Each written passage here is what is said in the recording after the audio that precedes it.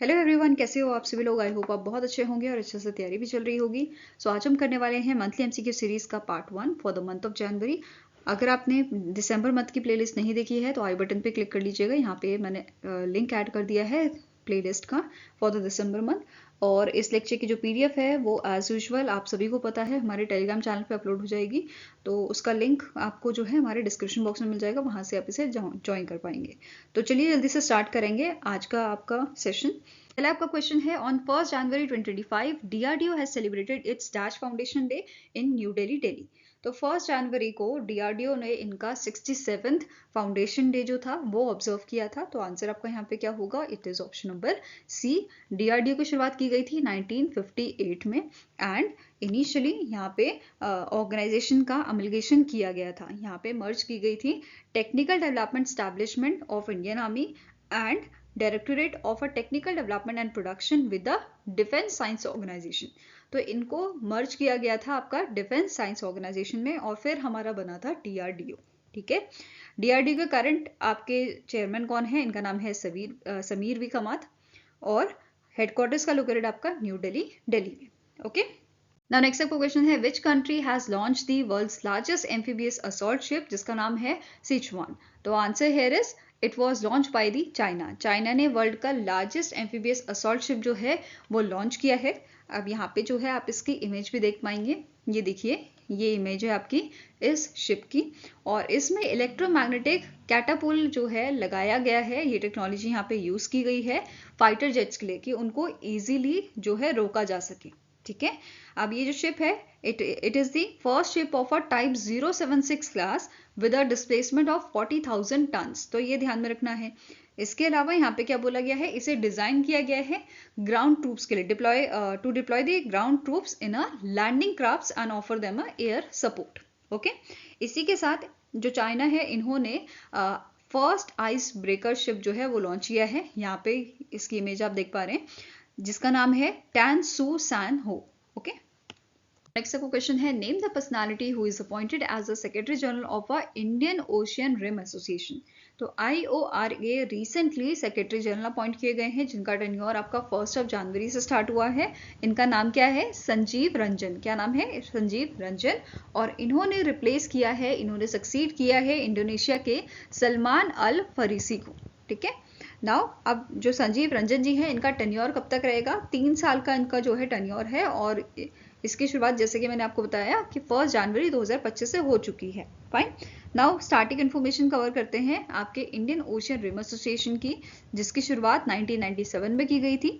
Headquarter आपका Mauritius में located है और इसके करंट कंट्री जो इसकी चेयर है वो है श्रीलंका। ठीक है, वाइस चेयर इंडिया है और इंडिया जल्दी ही अपनी चेयरमैनशिप भी ले लेगी श्रीलंका से। ओके, जो आपकी 2025 से 2027 तक की रहेगी। क्लियर है। नाउ अब बात कर लेते हैं संजीव रंजन जी की।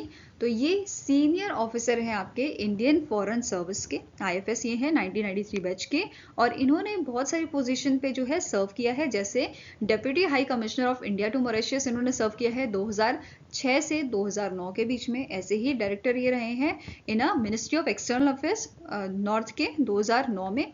फिर इन्होंने जो है joint secretary in development partnership administration जो है ये आपके रहे हैं 2012 में। फिर इंडिया के एम्बेसडर ये रहे हैं टू दी अर्जेंटीना 2016 से 19 और 19 से 22 ये आपके एम्बेसडर रहे हैं कोलंबिया के। ओके, इंडिया एम्बेसडर टू कोलंबिया ये रहे हैं। फाइन, नाउ जो इंडियन ओशियन रिम एसोसिएशन है इसके करंट मेंबर्स कितने हैं, 23 इसके स्टेट मेंबर स्टेट्स हैं जिसमें आपका ऑस्ट्रेलिया, बांग्लादेश, कोमोरोस ऐसी कंट्रीज आपकी शामिल हैं।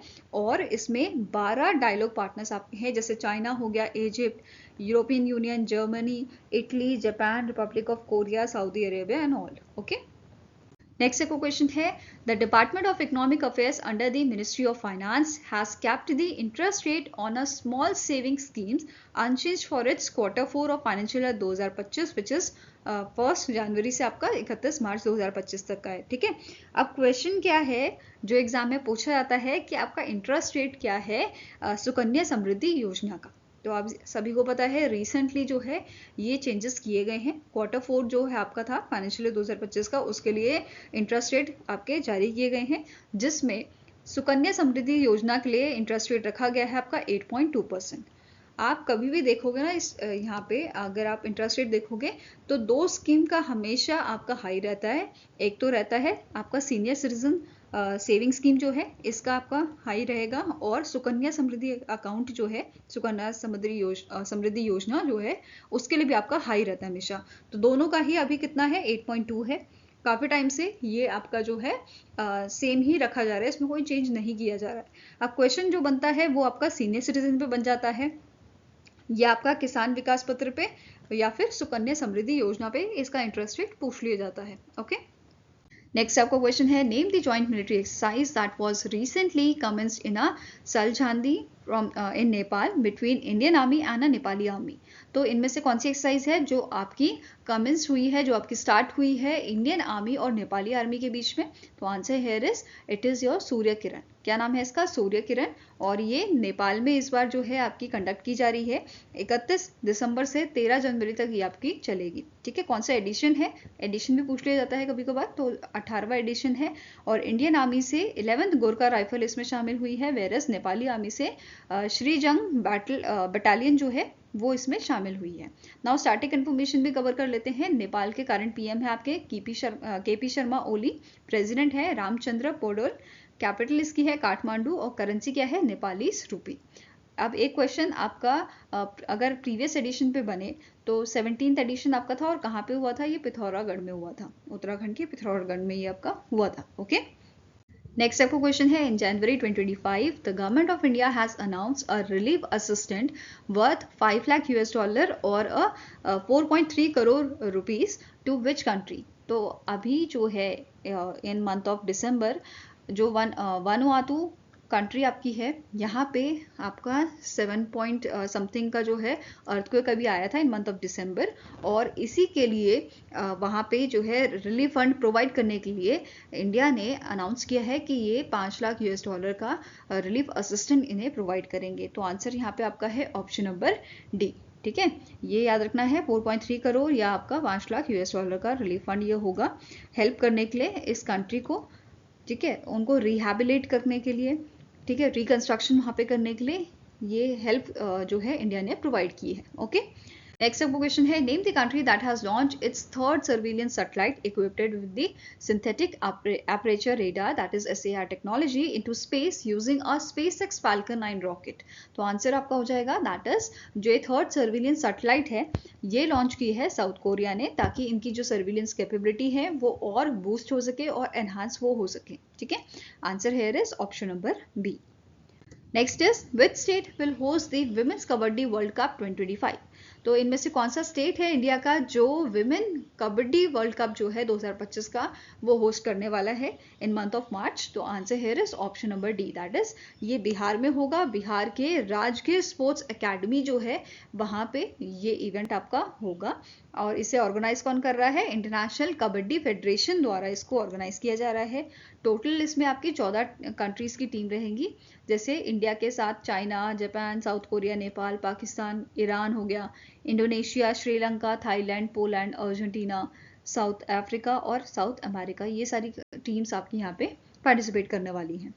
नेक्स्ट आपका क्वेश्चन है, former chairman of Japan based Suzuki motor corporation Osamu Suzuki recently passed away, in which year he was honored with the Padma Bhushan for his contribution to India's economic development through the automobile industry. तो recently जो आपके former chairman है Japan based Suzuki motor corporation की, उनका जो है death हुआ है इन मंथ ऑफ दिसंबर, एंड इन्हें कौन से साल में जो है पद्म भूषण से नवाजा गया था? तो आंसर आपको यहाँ पे हो जाएगा दैट इज 2007 में इन्हें पद्म भूषण दिया था गवर्नमेंट ऑफ इंडिया ने। ठीक है, ये एज अ चेयरपर्सन जो है इन्होंने सर्व किया है सुजुकी मोटर कॉर्पोरेशन में। ये CEO और प्रेसिडेंट भी इन्होंने सर्व किया है, 1978 में प्रेसिडेंट बने थे आपके सुजुकी मोटर कॉर्पोरेशन के। और जापान जो आपकी ये सुजुकी मोटर कॉर्पोरेशन है इसके चेयरमैन आपके 2000 में बनाए गए थे। ओके, नाउ इनको और भी अवार्ड्स यहाँ पे दिए गए हैं, जैसे पाकिस्तान गवर्नमेंट ने इनको हाईएस्ट ऑनर दिया था सितारे पाकिस्तान का, and middle cross with a star order of merit इनको दिया गया था। तो ये दोनों अवार्ड भी इनको दिए गए हैं। नाउ अब बात करते हैं सुजुकी मोटर कॉर्पोरेशन की। तो इसके करंट सीईओ हैं आपके तोशीहिरो सुजुकी, जिसका हेडक्वार्टर आपका शिजुओका जापान में लोकेटेड है। और इसे कब स्टैब्लिश किया गया था? 1909 में इसको स्टैब्लिश किया गया था। Okay, next is a former president of USA Jimmy Carter was recently passed away. He served as a dash president of USA from 1977 to 1981. तो ये जो है कौन से नंबर के आपके प्रेसिडेंट थे जिनका नाम है जिमी कार्टर? तो ये 39th नंबर के आपके प्रेसिडेंट थे जिन्होंने 1977 से 1981 के बीच में अपना जो टर्म है वो सर्व किया है। ठीक है, अगर अभी बात करें तो करंट प्रेसिडेंट कौन है यूएसए के? जो बाइडेन है। और प्रेसिडेंट इलेक्ट कौन है? डोनाल्ड ट्रंप है, जिनका अभी जनवरी में जो है इनको जो है मतलब जैसे शपथ ग्रहण समारोह होता है वो इनका होगा। ओके, और डोनाल्ड ट्रंप जो है वो आपके 47 प्रेसिडेंट है यूएसए के। ओके, नाउ अवार्ड्स जो जिमी कार्टर जी को दिए गए हैं, जैसे इंडिया का अवार्ड है आपका Indira Gandhi prize for peace disarmament and development 1997 में दिया गया था। United Nations human right award 1998 में, प्रेसिडेंशियल मेडल ऑफ फ्रीडम 1999 में, फिर नोबेल पीस प्राइज इन्हें 2002 में दिया गया था और ग्रामी अवार्ड भी इन्हें दिया गया है 2016 और 2019 में। ओके, अब नेक्स्ट आपका क्वेश्चन है who authored the book chalk on food economics and society, co-authored by the Siane Oliver। तो आंसर आपका हो जाएगा that is chalk on food economics and society book के ऑथर आपके हैं अभिजीत विनायक बैनर्जी, जो इंडो अमेरिकन इकोनॉमिस्ट हैं, उनके द्वारा ये बुक लिखी गई है। यहाँ पे आप इस बुक को देख सकते हैं। एंड जो अभिजीत विनायक बैनर्जी हैं, इनको नोबेल मेमोरियल प्राइज भी दिया गया था इकोनॉमिक साइंस के लिए 2019 में। नेक्स्ट आपका क्वेश्चन है who is appointed as a new chief justice of Himachal Pradesh by the president Draupadi Murmu. तो द्रौपदी मुर्मू जी ने अभी अपॉइंट किया है आपके जस्टिस गुरमीत सिंह संधावालिया को as a chief justice of Himachal Pradesh high court. तो आंसर आपका हो जाएगा it is option number D. ठीक है, जस्टिस गुरमीत सिंह जो हैं ये चीफ जस्टिस बनाए गए हैं हिमाचल प्रदेश हाई कोर्ट के, और इन्होंने रिप्लेस किसे किया है? जस्टिस राजीव शगदेर जो हैं इनको इन्होंने रिप्लेस किया था। नाउ अब जस्टिस गुहातन नरेंद्र जो हैं इनको अपॉइंट किया गया है chief justice Uttarakhand high court का। ठीक है, एक तो हिमाचल प्रदेश हाई कोर्ट का अपॉइंटमेंट यहाँ पे हुआ है और दूसरा आपका है उत्तराखंड हाई कोर्ट का, और इन्होंने जस्टिस ऋतु बहारी जो हैं उनको रिप्लेस किया है। साथ में ही जो आपके दिल्ली हाई कोर्ट के टेम्पररी जज थे उनको परमानेंट किया है जस्टिस शैलेंद्र कौर को और जस्टिस रविंद्र दुदेजा को। वहीं पे कर्नाटका हाई कोर्ट के आपके जो जजेस हैं इनको भी परमानेंट किया गया है। 4 जजेस हैं।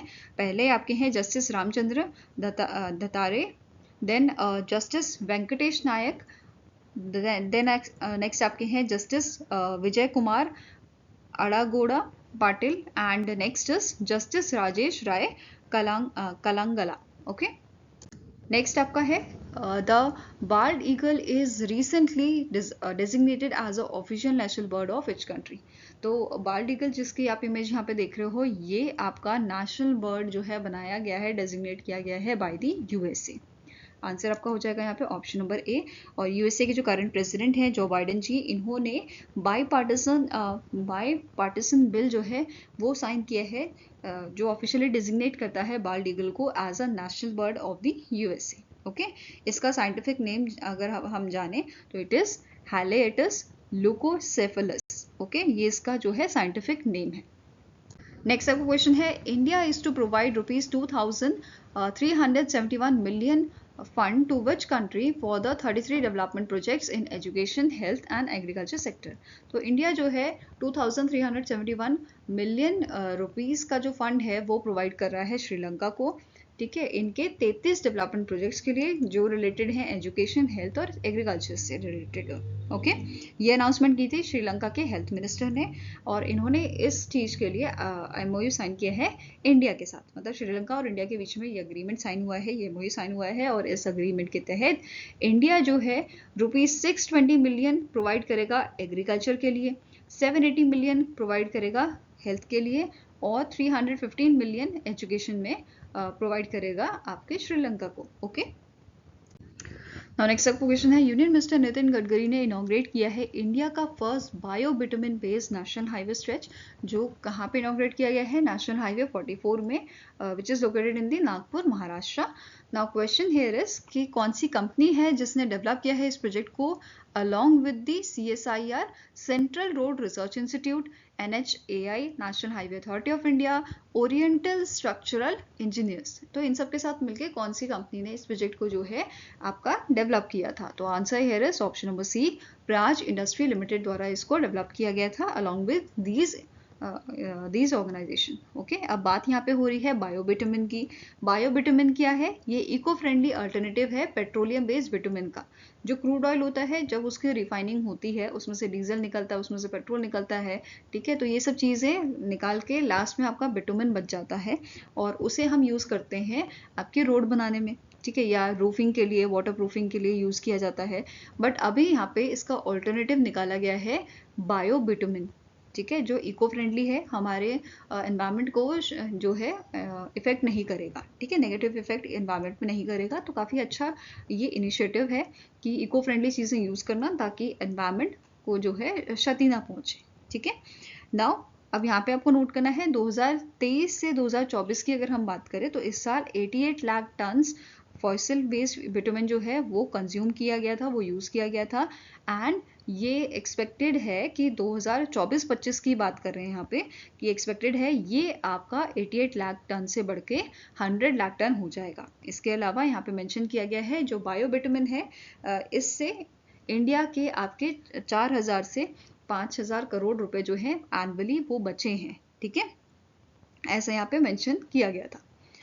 नाउ नेक्स्ट आपका क्वेश्चन है, as per the household consumption expenditure survey 2023-2024 जो रिलीज किया गया था ministry of statistics and programme implementation द्वारा। क्वेश्चन अब यहाँ पे क्या पूछ रहा है कि which among the following state has the highest monthly per capita consumption expenditure for 2023-2024। तो ये सर्वे में आपका बताया गया है कि कौन से स्टेट में सबसे ज़्यादा monthly per capita consumption expenditure है। 2023-2024 की साल की यहाँ पे बात हो रही है, तो आंसर हो जाएगा दैट इज सिक्किम। सिक्किम ने से टॉप किया है।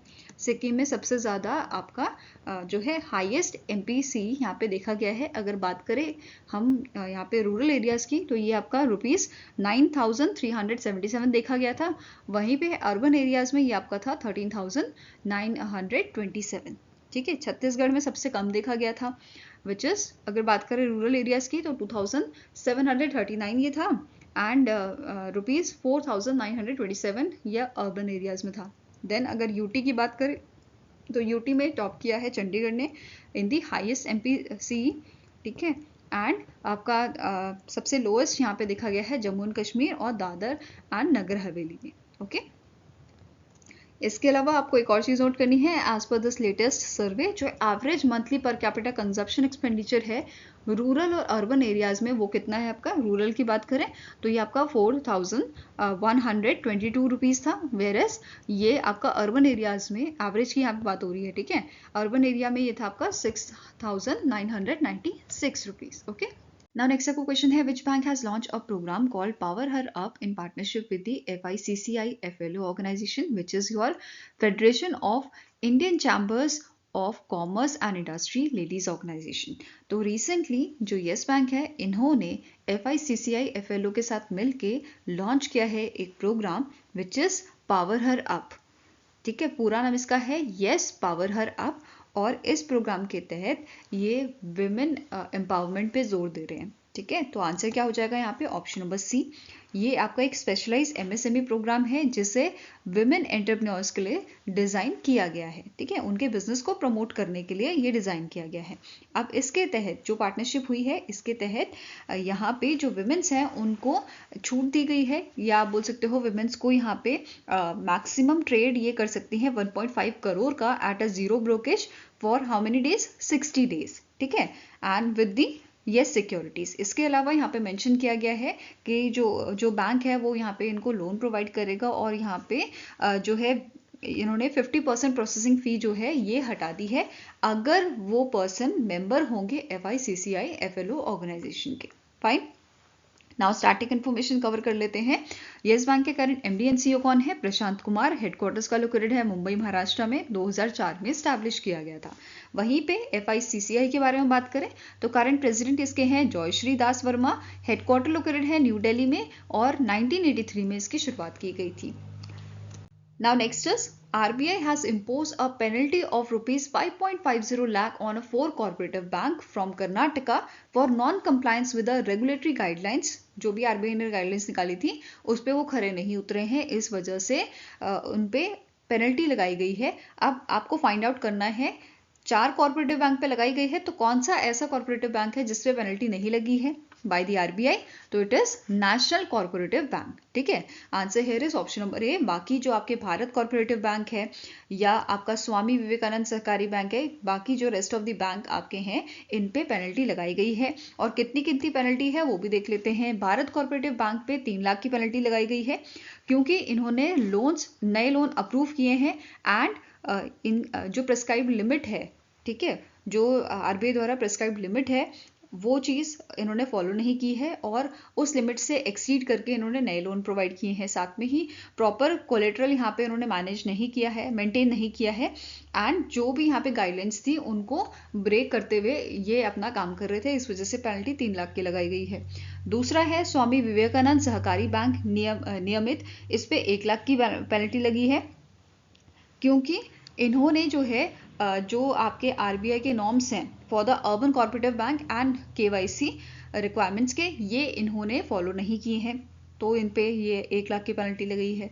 देन श्री भावेश्वरा पटना सहकारा बैंक नियमित जो है इस पे भी 1 लाख की पेनल्टी लगाई गई है क्योंकि इन्होंने जो है इंक्रीज किया है इट्स एक्सपोजर, किस चीज़ का? High non performing asset sector पे एक्सपोजर इन्होंने हाई किया है without the approval of RBI.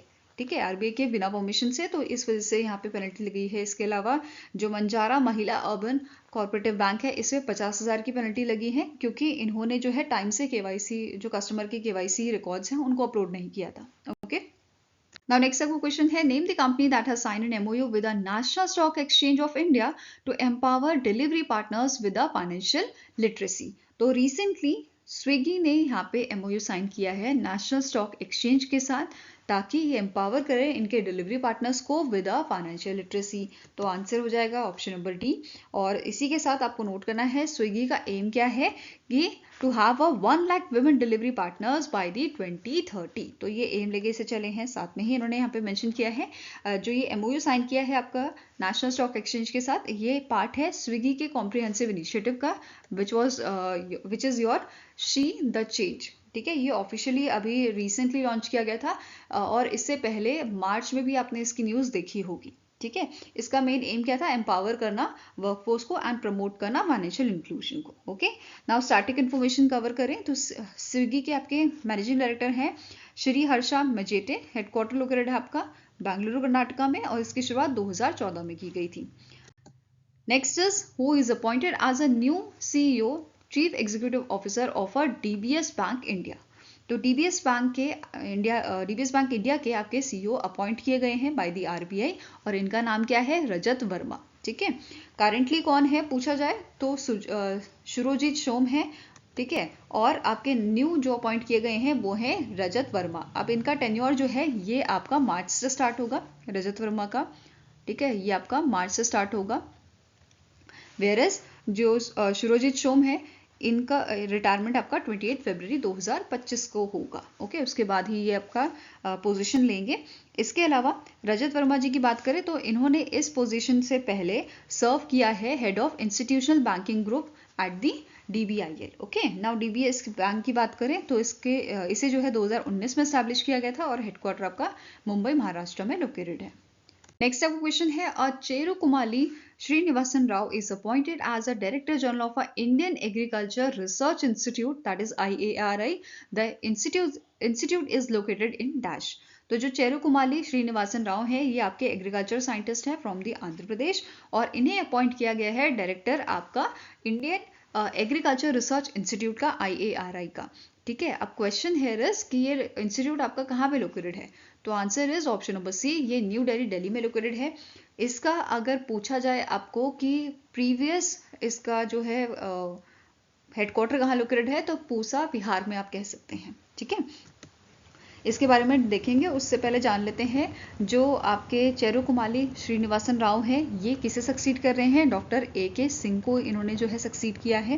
And चेरुकुमाली Srinivasan Rao जो है इन्होंने प्रीवियसली सर्व किया है as a director of a national academy of agriculture research management, जो आपका हैदराबाद तेलंगाना में लोकेटेड है। एंड अभी क्योंकि इन्होंने ये डायरेक्टर थे आपके national academy of agriculture research management के, तो इनकी जगह पे अभी एक्टिंग डायरेक्टर बनाए गए हैं NANARM के डॉक्टर राकेश चंद्र अग्रवाल, ये एक्टिंग डायरेक्टर यहाँ पे अभी सर्व कर रहे हैं। ओके, नाउ वापस क्वेश्चन में आते हैं। अब यहाँ पे एक और चीज जो नोट करनी है कि जो चेरुकुमाली श्रीनिवासन राव है इनको अपॉइंट किया गया था 2023 में member of ICAR governing committee का। ठीक है, 3 साल का इनका यहाँ पे टर्म है और 2023 में इनको अपॉइंट किया गया था। फाइन, नाउ अब इंस्टीट्यूट की बात करें तो IARI जो है इसे 1905 में स्टैब्लिश किया गया था और इनिशियल हेडक्वार्टर्स का पूसा बिहार में था। ठीक है, इसे 1936 में रीलोकेट किया गया था दिल्ली में, न्यू दिल्ली में। एंड इसके चेयरमैन कौन है, अशोक कुमार सिंह इसके चेयरमैन है। नाउ अब IARI इंस्टीट्यूट के प्रीवियस नाम भी देख लेते हैं। जैसे इनिशियली इसका नाम रखा गया था एग्रीकल्चरल रिसर्च इंस्टीट्यूट, देन बाद में इसको चेंज किया गया imperial institute of agriculture research, फिर इसको इंपीरियल एग्रीकल्चरल रिसर्च इंस्टीट्यूट कर दिया गया और फिर आफ्टर इंडिपेंडेंस इसका नाम हो गया Indian agricultural research institute. Okay, now next आपको क्वेश्चन है, which bank has sold its entire 8.16% stake in a DAM Capital Advisor Limited? तो कौन सा बैंक है जिसने अपने पूरे स्टेक 8.16% के stake DAM Capital Advisor Limited में जो है सोल्ड कर दिए हैं, सेल कर दिए हैं। तो आंसर आपका हो जाएगा it is your RBL bank. ठीक है, RBL बैंक ने अपने पूरे स्टेक्स जो है सेल कर दिए हैं DAM Capital Advisor Limited में, इस कंपनी में। ठीक है, जिसके कारण MD and CEO कौन है, धर्मेश अनिल मेहता। हेडक्वार्टर लोकेटेड आपका मुंबई महाराष्ट्र में और 1993 में इसको स्टैब्लिश किया गया था। अगर बात करें RBL बैंक की, जिसके रिसेंटली डी गुकेश जो है वो ब्रांड एम्बेसडर बनाए गए थे, उसकी बात करें अगर तो 1943 में RBL बैंक को स्टैब्लिश किया गया था। MD and CEO आपके हैं R Subramanya Kumar. Okay, next question आपका है, name the country that recently introduced world's high speed train जिसका नाम है CR450। तो इनमें से कौन सी कंट्री है जिसने वर्ल्ड की हाई स्पीड ट्रेन को जो है इंट्रोड्यूस किया है, तो आंसर हो जाएगा option number B, that is China द्वारा इसको इंट्रोड्यूस किया गया है। अब इसने जो है नया रिकॉर्ड बनाया है हाई स्पीड रेल का, which is 450 kilometres per hour, मतलब इसकी स्पीड कितनी है 450 किलोमीटर्स पर आवर की। और जो प्रीवियस रिकॉर्ड था वो भी चाइना का था हाई स्पीड रेल का, CR400 का, इसका आपका कितना था स्पीड 350 किलोमीटर पर आवर का था। ओके, अब जो ये ट्रेन है ये डेवलप किसने की है, चाइना रेलवे ग्रुप लिमिटेड द्वारा इसको डेवलप किया गया है। और इन्होंने यहाँ पे मेंशन किया है कि ये आपका जो प्रोटोटाइप है जो इन्होंने डिजाइन किया है ये रिड्यूस करेगा energy consumption by the 20%। Now next is which team won the pro kabaddi league season 11, जो आपका श्री शिव छत्रपति स्पोर्ट्स कॉम्प्लेक्स बेलेवाड़ी पुणे महाराष्ट्र में हुआ था। तो answer here is it was won by the Haryana stealer. ठीक है, कौन सी टीम ने जीता था, हरियाणा स्टीलर्स ने से जीता था और हरियाणा स्टीलर का ये आपका फर्स्ट टाइटल है। ठीक है, सीजन 11 का फर्स्ट टाइटल इनका है। अब यहाँ पे अगर बात करें प्राइज मनी की, तो हरियाणा स्टीलर्स को यहाँ पे 3 करोड़ रुपए एज अ प्राइज मनी दिया गया है और पटना पायरेट्स सेकंड टीम थी तो इसे जो है 1.8 करोड़ का अमाउंट यहाँ पे प्राइज मनी जो है वो दिया गया है। नाउ बात कर लेते हैं अवार्ड्स की, तो most valuable player and best defender of the season 11 जो है ये दिया गया है आपके ईरान के मोहम्मद रेजा सदलोई को। ठीक है, सुपर कोच ऑफ सीजन 11 दिया गया है मनप्रीत सिंह, हरियाणा स्टीलर्स के जो आपके कोच हैं। रेड ऑफ सीजन 11 देन आपका नाम आ जाता है तेलुगु टाइटंस के मंजीत। नेक्स्ट है tackle of season 11 Ankit from Patna pirates. Best raider of the season ये आपके हैं देवांग दलाल पटना पायरेट्स से। बेस्ट डिफेंडर ये भी हमने डिस्कस किया। And new young player of the season ये आपके हैं Ayan Lohchab from Patna pirates. Okay, next question है the department for promotion of industry and internal trade, जो आपका ministry of commerce and industry के अंडर आता है, इन्होंने एमओयू साइन किया है इनमें से कौन सी कंपनी के साथ, किस चीज़ के लिए, सपोर्ट करने के लिए स्टार्टअप को in a manufacturing and D2C sectors, direct to customer sectors में इनको हेल्प करने के लिए, इनको सपोर्ट करने के लिए ये एमओयू साइन किया गया है। किसके साथ? आपके ये साइन किया गया है बोर्ड के साथ। तो DPIIT ने ये कोलैबोरेशन किया है, ये एमओयू साइन किया है बोर्ड के साथ, ताकि ये स्टार्टअप्स को सपोर्ट कर सके in a manufacturing sectors. Okay, manufacturing and D2C sectors. अब बात करते हैं बोर्ड के starting information basically. So board के CEO करंटली हैं आपके समीर मेहता। इसे 2016 में स्टैब्लिश किया गया था और हेडक्वार्टर लोकेटेड आपका गुड़गांव हरियाणा में। ठीक है, आई होप गाइस आपको वीडियो पसंद आया हो। पसंद आया तो लाइक एंड शेयर जरूर कीजिएगा और हमारे साथ जुड़ने के लिए हमारे चैनल को सब्सक्राइब कीजिएगा। अगर आपके कुछ सजेशन है तो आप हमें मेल कर सकते हो या फिर कमेंट सेक्शन में लिख सकते हो। सो मिलेंगे ऐसे ही नेक्स्ट वीडियो के साथ। Till then take care, have a nice day and all the best for your preparation.